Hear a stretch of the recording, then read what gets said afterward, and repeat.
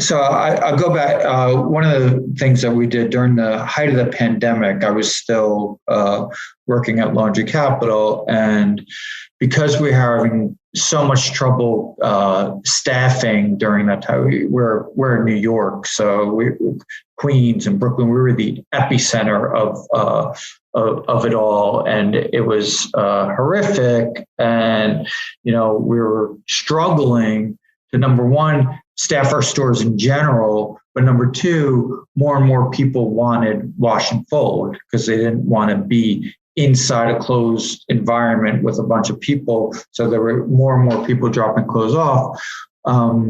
As a result, we shifted our operation to this hub and spoke concept, where we shut down one of our biggest stores to the public, and it just became a wash and fold processing facility.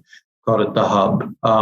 And so every day in New York, we picked up from our 40 locations, brought it to the central processing facility, did all the clothes, and shipped it back out. I think at the height we were doing 14,000 pounds of clothing a day.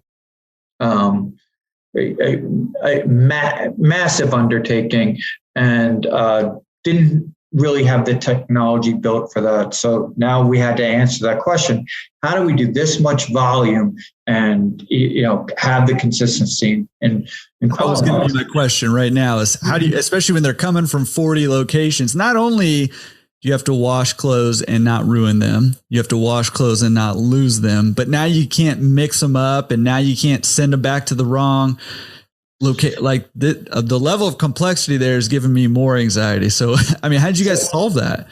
So, and it happened so fast that, like, we didn't, obviously nobody knew the pandemic were coming. It wasn't like we, sketched this out for 6 months and did beta. We just jumped into it. So, I had to really figure it out very quickly on the fly. And I thought back to a book that I read many years ago, and it was a Checklist Manifesto. And it's incredible.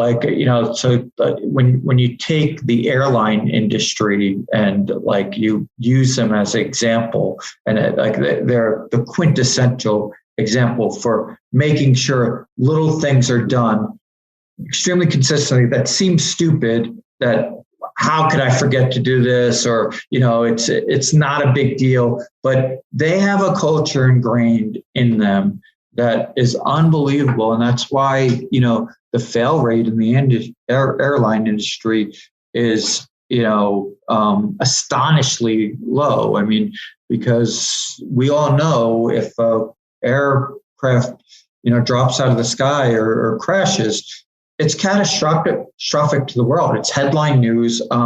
And they have, so many guardrails in place to make sure that these errors don't happen. And it's this religious, obsessive attention to detail and cross-checking.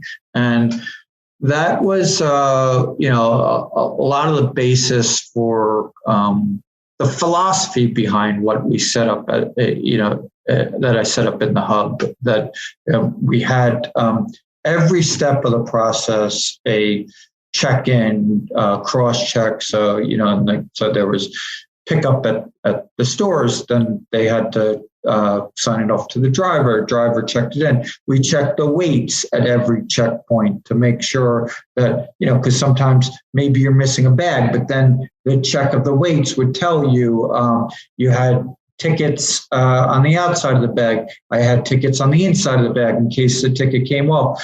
And when the clothes went to the washer, the ticket followed it, and when it transferred, because sometimes you're going from the washer, then you get interrupted, and then you have this cart of clothes that nobody knows where it is. So every single step of the process, and then it comes down to inspect what you expect, and the classic mantra. So you couldn't just create this system and expect it to just magically happen. You had to check that it was happening all the time. And when people knew that it was being checked, then you had to have built-in rewards for people doing the right thing. I always like to say, catch people doing the right thing and recognize and praise them for that. And, we just built that culture where the quality and consistency